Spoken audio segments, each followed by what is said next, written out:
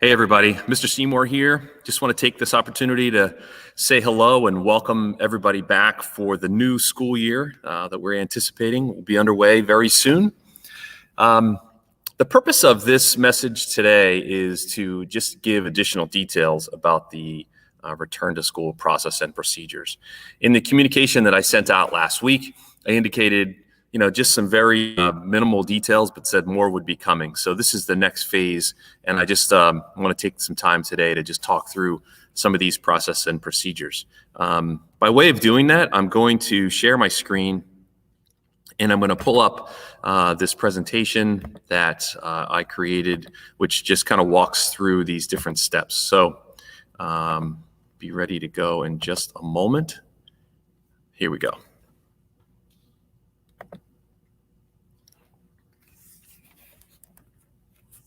So like I said, welcome back. We're really excited about the year ahead. I've been reflecting a lot through the spring and over the summer on, what we all missed out on being together at school. And I think both myself and the teachers are really excited about what is to come. And we really want to try to make the most of the time we have together. We've been here together for a week or so in terms of the staff being back at school, preparing for the new year. And I can tell you they're really excited and getting ready to go. So I want to spend some time talking about what it's going to take to have a safe return to school. And as I was thinking about that, some of the things that really stuck out to me were, obviously, understanding these processes and procedures and understanding why they are in place.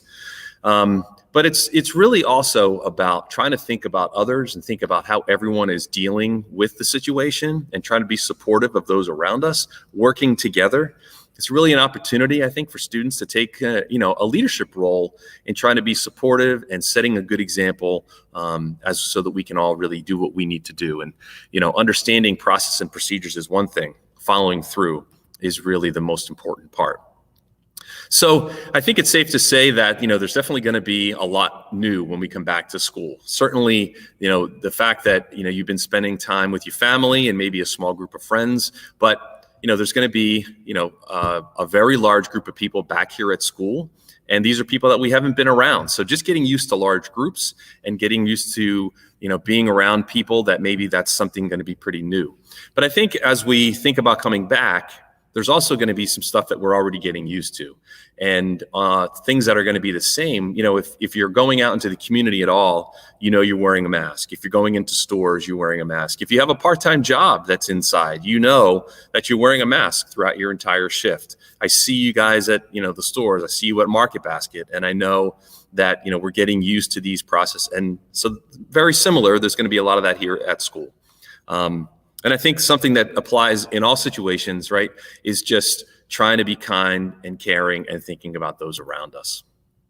A big piece of this return process is masks.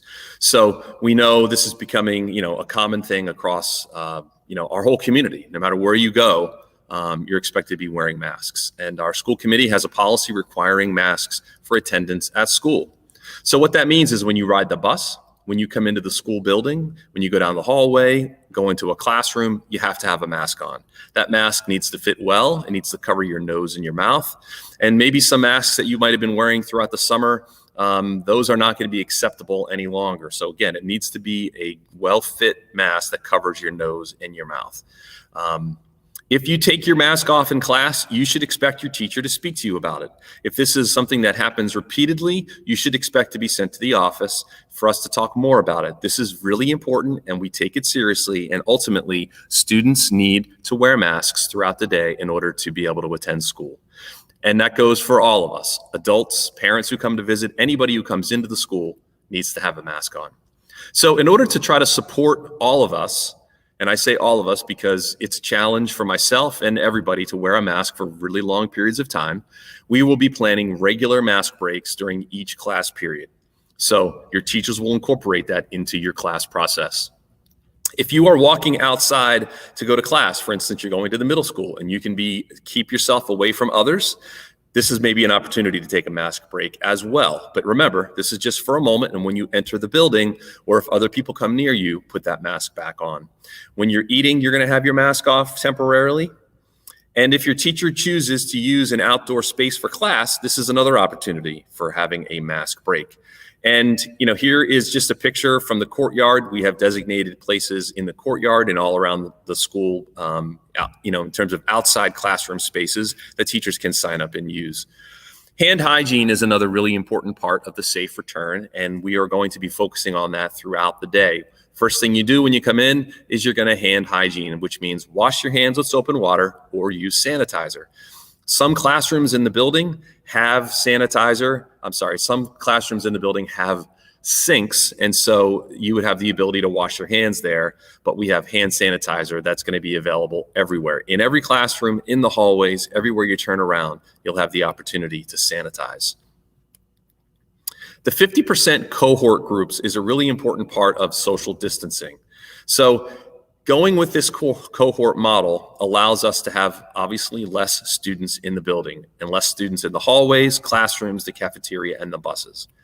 I have a few pictures here of classrooms from around the school, and you can see that we've removed furniture to allow for desks to be spread further apart. So social distancing is an important part of the safe return as well. In the classrooms, where you're going to be seated and the assigned seat that you're going to be in is going to be 6 feet from someone else. We need everyone's help with some of those in-between times. So when you're going from class to class, we're expecting you to stay on the right-hand side of the hallway, and we're expecting you to stay at a distance from your classmates. So as you're walking through the hallways, we need you to be proactive and thinking about this. We will be out and about in the hallways as well, and if we see you grouping up, we're going to spread you out. So please help us with that. Our cafeteria process is going to be different than it has been in the past as well. With 50% of students attending and 3 lunches, we will allow us to kind of spread the population out.